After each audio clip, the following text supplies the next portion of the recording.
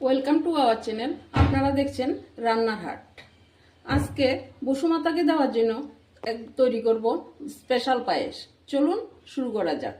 ওই পায়েসটা তৈরি করার জন্য প্রথমে লাগবে কিছুটা গোবিন্দভোগ চাল, কিছুটা তিল, নারকেল কোড়া, মিষ্টির জন্য চিনি, বাতাসা, আর থাকবে কাজু, কিশমিশ।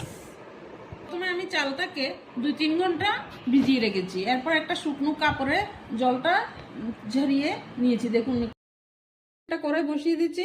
কড়াইটা গরম হয়ে গেল। এবার আমি শুকনো খোলায় তিলগুলিকে হালকা ভেজে নেব। গ্যাসের ফ্লেমটা কম করে দেবেন। মিডিয়াম আছে ঘন হাতে নেড়ে তিলগুলিকে ভাজতে হবে।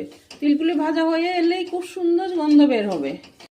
তিলগুলি ভাজা হয়ে গেল। এবার আমি এটা একটা মিক্সার জারে উঠিয়ে নিচ্ছি। এর জন্য আমি কড়াইতে 1 লিটার দুধ দিয়ে দিচ্ছি।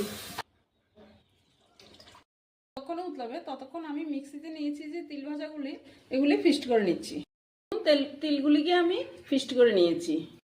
ভিজিয়ে রাখা গোবিন্দভোগ চালগুলিকে আমি ফিস্ট করে নেব।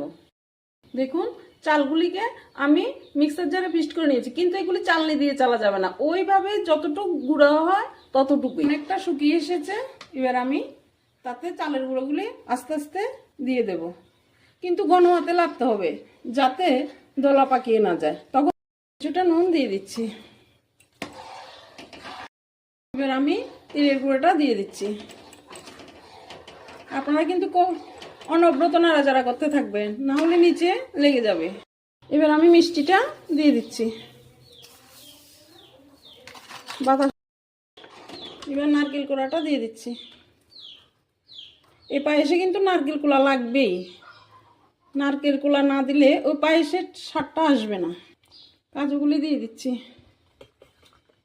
কিশমিশটা দিয়ে দিচ্ছি, কয়েকটা এলাচ দিয়ে দিচ্ছি।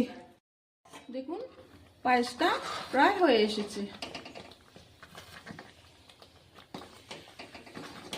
একটু হালকা থাকতেই নামিয়ে নেবেন। যেহেতু চালের গুঁড়ো মিশানো আছে, তাই না হলে ওটা বসে যাবে খেতে।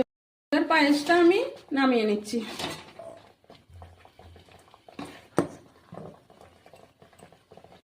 দেখুন, বসুমাতাকে দেওয়ার জন্য যে পায়েসটা আমরা তৈরি করি, ওই পায়েসটা তৈরি হয়ে গেল। এইভাবে একবার বাড়িতে পায়েস বানিয়ে খেয়ে দেখবেন, খুব ভালো লাগবে। সাধারণ পায়েস তো আমরা সবসময় বানিয়ে খাই, কিন্তু এটার স্বাদ অপূর্ব, দারুণ লাগবে। এবং খেয়ে কেমন হয়েছে কমেন্টে আমাকে জানাবেন। এমন নতুন নতুন ভিডিও পেতে সাবস্ক্রাইব করুন রান্নার হাট।